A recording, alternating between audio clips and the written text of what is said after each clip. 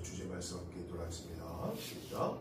사랑으로 해결하라. 한번 시작. 사랑으로 해결하라. 아멘. 지난주에 우리는요, 로마서 14장 1절로 12절까지의 말씀을 통해서 로마 교회 안에서 있었던 문제를 말씀을 드린 적이 있습니다. 성경에 기록된 대로 표현하면 믿음이 약한 사람과 믿음이 강한 사람 사이에서 일어나는 문제였습니다. 제가 지난주에 말씀드렸죠. 어린아이가 드린 예배가 있고 청소년 때 드린 예배가 있고 어른들이 드린 예배가 있죠. 저도 어렸을 때 보면은 주일학교를 다녔지만 어른들이 예배 드릴 때는 딱딱하잖아요. 그때는 그래서 재미도 없고 어른들이 드린 예배도 재미도 없고 뭐 은혜가 있나 은혜가 뭔지도 모르고 그냥 뭐가 재밌을까 이렇게 생각을 했는데 어른이 돼서 보니까 어른들이 드린 예배가 따로 있고 어린이들이 드린 예배가 따로 있겠다는 생각이 드는 거죠. 그 지나고 나니까 드는 생각이죠. 때문에 예배도 연약할 때 드리는 예배가 따로 있어야 되고 형식과 내용이 있어야 되는 것입니다. 그리고 청소년 때 정말 질풍노도의 시기인 청소년 때 드릴 또 예배가 또 형식과 내용이 있어야 되는 거예요. 한국교회는 그것을 연구해야 돼요. 엄한데 뭐 이렇게 막 돌을 쓰는 것이 아니라 건축을 하고 막 건물 높이 짓는 게 문제가 아니라 실리를 채워야죠. 내용을 채워야죠. 사람을 채워야죠. 건물만 크게 짓는다고 사람이 옵니까? 요즘은 그런 시대가 아니에요. 오늘 이제 어떤 내용을 봤냐면은 동대문에 우리 이제 동대문 그 옷 시장이 많잖아요. 그 중에서 밀레오레라는 그 시장이 있어요. 그 건물 높은 동대문역 바로 앞에 있습니다. 한 10m밖에 안 돼요. 위치가 너무 좋잖아요. 그 예전에 밀레오레 하면은 그 엄청난 이 사람들이 많이 가서 정말 옷을 사갖고 전국에서 몰려와서 사갖고 그걸 도매로 해가지고 전국에서 내려와서 팔고 그랬잖아요. 지금 그 밀레오라가 부도 위기인 거예요. 예, 부도 위기예요. 지금 이제 온라인으로 다 사니까 또 이제는 한국에서 안 사고 중국에서 옷을 산대요. 중국이 더 싸니까 또 품질도 괜찮고 하니까 중국이 다 사는 거예요. 그러니까 밀레오라 그 좋은 건물이 다 죽은 거예요. 건물은 으리으리한데 안에 들어가 보니까 다 죽은 거예요. 상가가 다 나갔어요. 네. 그런데 그 밀레오레 주인이 몇 명이냐? 3,200명이에요. 주인이 3,200명인데 3,200명이 마음이 안 맞으니까 재건축도 못하고 그 안에 살지는 못하는 거예요. 그러니까 전기료가 밀린 거예요. 전기료가 5억이나 밀렸어요. 5억이나.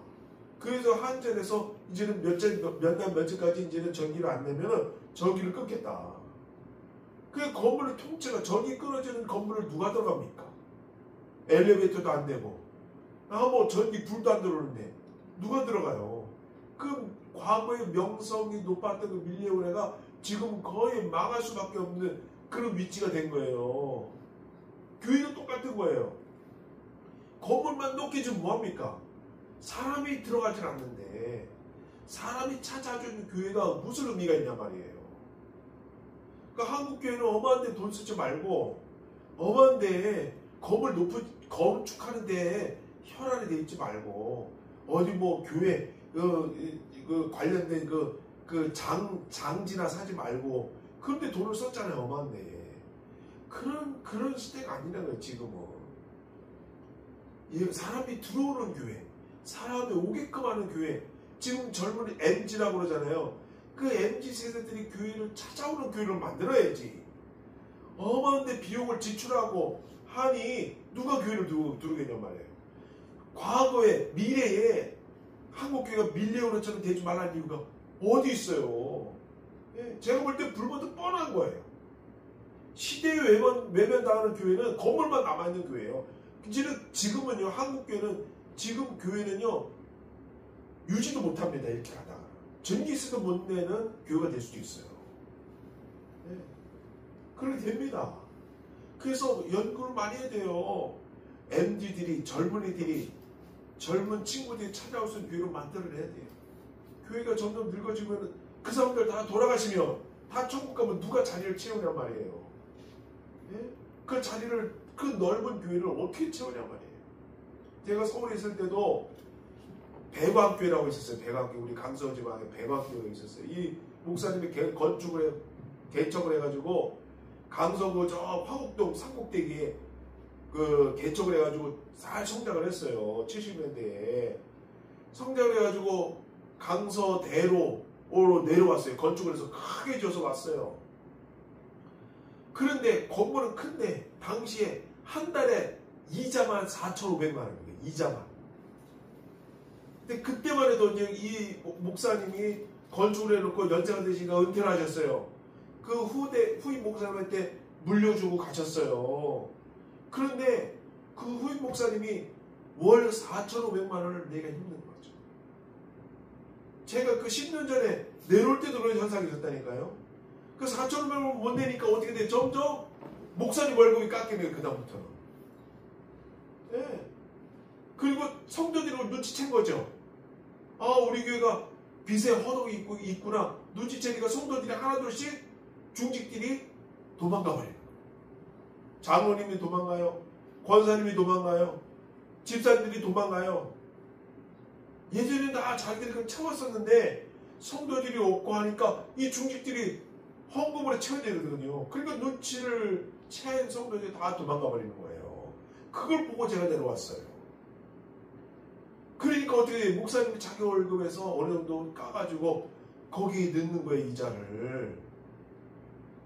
점점 그렇게 되는 거예요. 점점. 교회만큼은 뭐하냐고요. 교회만큼이면 젊은이들이 자꾸 들어오고 자꾸 유입이 돼야 되는데 그것을 한국교회는 등한시한 거예요. 점점 늙어가는 거예요. 이러다 보면 건물로 남고 결국 건물도 이제는 나중에 처분할 수밖에 없는 거예요. 전기를 못 내는 교회가 어떻게 유지가 됩니까?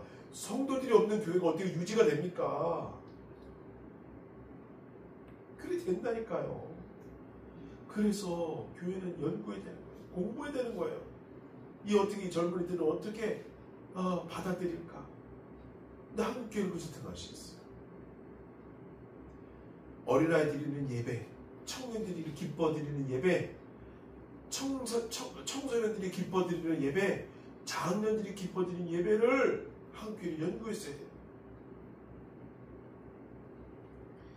오늘 본문은요, 보다 적극적인 방법으로 말씀하고 있습니다. 그것은 사랑으로 하면 된다는 거예요. 그래서 기독교의 적극적인 윤리입니다. 그리고 특별히 믿음이 강한 사람을 향해서 말씀합니다. 로마서 14장 13절로 14절 말씀입니다. 시작. 그런즉 우리가 다시는 서로 판단하지 말고 도리어 부딪힐 것이나 거칠 것으로 형제 앞에 두지 아니할 것을 주의하라. 내가 주 예수 안에서 알고 확신하는 것은 무엇인지 스스로 속된 것이 없으되 다만 속되게 여기는 그 사람에게는 속되니라. 아멘. 지금 MZ라고요. 젊은이들하고 그 사람들이 영성이 없는 게 아닙니다. 그 젊은이도 하나님을 찾기를 원해요. 조물주를 만나길 원합니다. 인간은 항상 영적인 존재이기 때문에 그 조물주에 대한 그러한 그 갈망이 있어요. 그래서 거기에 대해서 어떻게 연결시켜 줄 것이냐. 그게 굉장히 중요한 거예요. 사도 바울은 이것을 연구한 거예요. 이것을 말씀하고 있는 거예요. 믿음이 강한 자도 있고 약한 자들이 있다. 그 약한 자들을 어떻게 하나님께 인도할 것이냐. 그 말씀을 하고 있는 것입니다. 신학자 빈센트는 말하기를 이 확신이라는 것은 그 자신의 논리의 결과가 아니라 주 예수 그리스도 안에서의 교제의 결과인 것입니다. 라고 말을 했다고 합니다. 주 예수 안에서라는 말은 사도 바울의 전용어입니다. 신앙 고백 같은 말입니다. 구약성경 레위 11장에 보면 구약의 제사 법전에는요, 정하고 부정한 음식, 또 먹을 수 있는 것과 먹을 수 없는 음식을 구별해 놨습니다. 여기 보면요,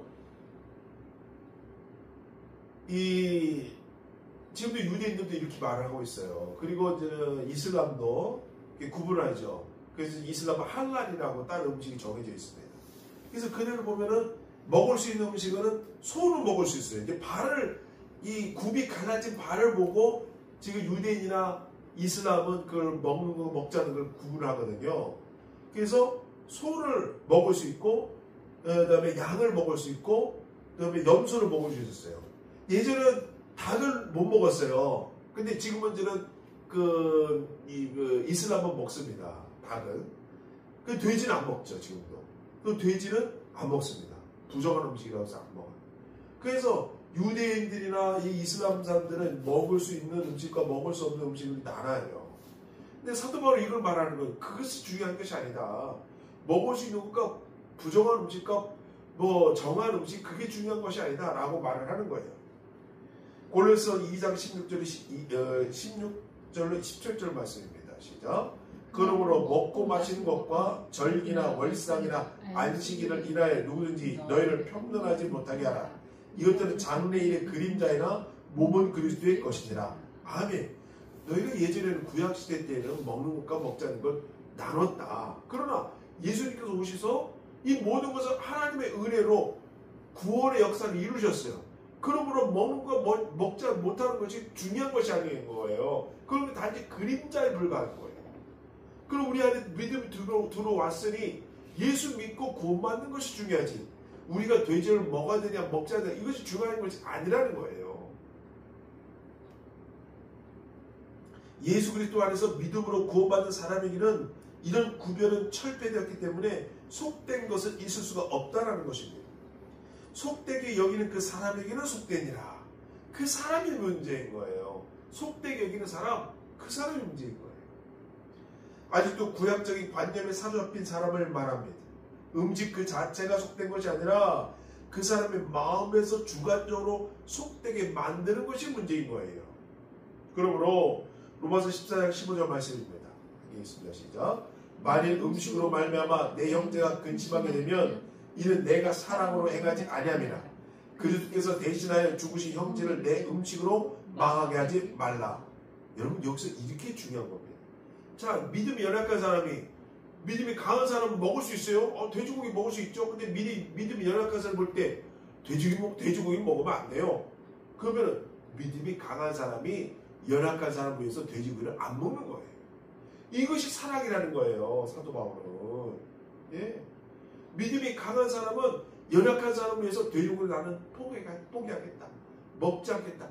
왜? 그 사람의 구원을 위해서. 예. 이것이 사랑이라는 거예요. 믿음이 강한 사람이 자기 양심에 상관이 없다 하여 믿음이 약한 사람들이 먹어서는 안 된다고 생각하는 음식을 그들 앞에서 먹으면 약한 사람들의 양심은 그것 때문에 근심하게 되고 마음이 상하게 된다는 거예요. 그것까지 헤아려라라는 것입니다. 그렇기 때문에 이론상으로나 개인의 신념의 의사는 문제가 없다고 생각하지만 사랑의 시각으로 볼 때 하지 않는 것입니다. 그 행위를 하지 않는 거예요. 먹지 않는 거예요. 사랑을 위해서. 그 사람의 구원을 위해서. 우리 그리스도인의 자세는 언제나 강한 자보다 약한 자를 생각하고 있는 자보다 없는 자를 사랑하는 마음으로 대해야 되는 줄 아시기 바랍니다. 과거에는 우리가 이런 마음이 있었습니다. 교회 내에서도 이런 팽배했죠. 그게 다 은혜 아니었습니까? 그렇기 때문에 과거에는 교회 내에서 고소고발이 없었어요. 다 은혜로 다 해결했어요. 문제를. 사랑으로 다 해결했어요. 그걸 누가 솔선수범했어요? 목회자들이나 장로님들이나 교회 중직들이 다 먼저 솔선수범해서 자기들 먼저 희생하고 자기들 먼저 사랑하고 은혜로 다 덮어줬어요. 근데 어느 순간 교회가 은혜가 사라졌어요. 사랑이 사라져갔어요. 자기에게 좀 불이익이 오면 다 뛰쳐나가든지 고소를 합니다. 이것이 은혜가 사라진 교회의 현실인 거예요. 예수님께서는 약한 자를 위하여 죽기까지 하셨는데 강한 자들이 음식 하나 때문에 그들을 근심하게 하고 나아가서 그 심령이 망하는 자리에 들어가게 되면 안 된다는 거예요. 물론 우리가 사는 이 세상은 생존 경쟁의 세상입니다. 적자 생존의 세상입니다. 강자는 약자를 누르고 무시해버리려는 풍토가 있는 시대입니다. 정말 그렇죠. 그러나 세상과는 달라져야 되는 것이 교회인 줄 아시기 바랍니다. 세상과는 달라져야 되는 것이 우리 교회 공동체. 세상을 닮으면 안 됩니다. 세상에서는 서로 미워하나 교회에서는 서로 사랑하는 것이 세상을 본받지 않는 길인 줄 아시기 바랍니다. 그래서 오늘 본문 15절 하반절에 그리스도께서 대신하여, 우리 빨간 글씨 함께 있습니다. 시작. 그리스도께서 대신하여 죽으신 형제를 내 음식으로 망하게 하지 말라는 거예요. 이런 조건 때문에 은혜를 망하게 하지 말라. 그리스도의 십자가를 헛되게 하지 말라. 하나님의 사랑을 헛되게 하지 말라는 거예요. 교회는 그것을 반드시 마음에 명심해야 됩니다. 교회는 손해볼 수 있는 자리에 있어야 되는 거예요. 사랑을 위해서, 젊은이들을 위해서, 연약한 자들을 위해서 교회는 손해도 봐야 될 줄 알아야 됩니다.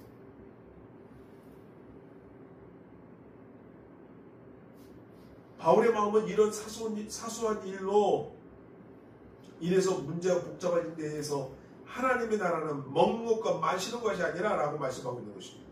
로마서 14장 17절 말씀입니다. 함께 있습니다. 시작. 하나님의 나라는 먹는 것과 마시는 것이 아니요 오직 성령 안에 있는 의와 평강과 희락이라. 아멘. 이것이 하나님 나라는 거예요. 너희 욕심 때문에 너희가 하고 싶은 대로 살려고 그러면 구원 받아야 할 사람이 구원 못 받는다는 거예요. 그러므로 나를 내려놓고 서로 사랑하고 희생하고 그래야 교회 안에서 구원이 이루어진다는 거예요. 첫 번째는요, 의입니다. 우리가 하나님 나라를 위해서 해야 될 게 첫 번째로는 의예요. 하나님 나라는 하나님만이 지배하는 곳이 하나님 나라입니다. 하나님에게 있어서 우리에게 대한 관심은 무엇을 먹었느냐, 무엇을 마셨느냐가 아닌 것입니다. 그러므로 하나님의 나라는 먹는 것과 마시는 것이 아니라 성령 안에서 첫 번째는 뭐라고요? 의라는 거예요. 의를 지켜야 된다는 거예요. 의로워야 된다는 거예요. 교회는. 우리가 그동안 로마서를 처음으로 생각하기 시작하면서 의롭다 인정을 받는 의인의 교리에 대해서 여러 시간을 말씀드린 바 있죠. 로마서 초반에 의인은 믿음으로 말미암아 살리라 라고 말씀드렸잖아요. 하나님 앞에 설 수 있는 사람은 의롭다 인정받는 사람입니다. 우리가 본래 죽을 수밖에 없는 심령이었는데 예수 그리스도를 내 구주로 영접하면서 죄의 용서를 받고 주 안에서 새 사람이 됐을 뿐더러 하나님께 의롭다 인정을 받게 되었다라고 말씀드렸습니다. 이렇게 우리가 하나님께로부터 의롭다 인정을 받을 뿐더러 날마다 거룩한 자리로 나아가는 성화의 단계를 거친다고 말씀드렸습니다. 사람이 의로워져야 그 다음에 성화의 단계를 나아가는 겁니다. 예. 먼저 의로워져야 되는 거예요. 이것은 하루아침에 이루어지는 것이 아니라 날마다 경건의 일기를 연습하는 가운데 이루어지는 열매인 것입니다. 두 번째로 하나님 나라는요, 평강을 이루어야 돼요. 평강. 사실 하나님 앞에서 의롭다 인정받는 사람 마음속에는 제일 먼저 임하는 축복이 마음의 평강인 줄 아시기 바랍니다. 사람이 의로워지면 마음의 평화가 찾아와요. 하나님 믿게 되면 이 세상에 마음 평화가 찾아옵니다. 세상은 편지풍파가 있고 폭풍이 휘몰아쳐도 내 마음은 평안한 거예요. 그래서 믿는 사람의 마음이에요. 성경에도 우리 죄를 토설지 아니할 때 죄를 마음에 품고 있을 때 그 마음이 눌림을 받아서 여름 가뭄에 마름같이 바싹 타는 것 같다고 했습니다. 악인을 쫓아오는 사람이 없어도 도망간다고 했습니다. 마음의 평화가 없어서 하나님 앞에서 범죄한 인간이 마음의 평화를 누릴 수가 없는 줄 아시기 바랍니다. 세 번째로 하나님 나라는 뭐라고요? 희락이 찾아오는 거예요. 기쁨입니다. 성령 안에서의 기쁨입니다. 성령의 열매 중 세 가지가 사랑과 평화와 기쁨인 줄 아시기 바랍니다. 성령에 의해서 우리 믿는 사람들이 마음속에 이루어지는 영적인 기쁨입니다. 우리가 하나님과 하나 된 다음에는 하나님 안에서 하나가 되고 하나님으로 말미암아 임하는 기쁨이 있는데 이것이 하늘로부터 임하는 기쁨인 줄 아시기 바랍니다. 세상이 주는 것 같지 않는 다른 종류의 기쁨이죠. 세상의 기쁨과 성령 안에서의 기쁨은 완전히 다릅니다. 세상의 기쁨은 안목의 정욕과 육신의 자랑과 이생의 자랑으로부터 나오는 기쁨이에요. 그러나 성령 안에서의 기쁨은 생명의 기쁨이요, 양심의 기쁨이요, 거룩함의 기쁨인 줄 아시기 바랍니다. 종류가 틀리죠. 한 걸음 더 나가서 하나님 나라는 모든 일을 통해서 예수 그리스도를 따르는 줄 아시기 바랍니다. 예수님을 따르는 것 가운데 우리는 기쁨을 누리는 거예요. 노아가 그랬습니다. 아브라함이 그랬습니다. 요셉이 그랬습니다. 모세가 그랬습니다. 다니엘이 그랬습니다. 사도 바울이 그런 줄 아시기 바랍니다. 다 하나님을 따르면서 누리는 기쁨을 누린 사람들이에요. 하나님은 그들을 통해서 하나님의 놀라운 일을 하셨습니다. 그리고 이러므로 우리가 화평의 일과 서로 덕을 세우는 일에 힘쓰는 줄 아시기 바랍니다. 우리 모두가 하늘의 의와 평강과 기쁨으로 충만한 사실을 되시기 바랍니다. 이것이 중요한 거예요.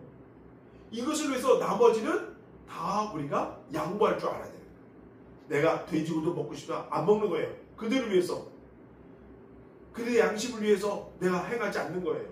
그들을 사랑하기 때문에 내가 행하지 않는 거예요. 내 믿음이 강하기 때문에 약한 그들을 위해서 내가 행하지 않는 거예요. 그들의 구원을 위해서 내가 이것을 조그만 것을 내가 포기하는 거예요. 이것이 교회가 해야 할 일인 줄 아시기 바랍니다. 이 믿음이 강한 자들이 해야 돼요. 하나님께서 기뻐하시는 사람, 인정받으시는 사람 되시길 축원합니다. 그래서 하나님께서 잘했다 칭찬 듣는 저는 바랍니다. 지하게 기도하기 바랍니다.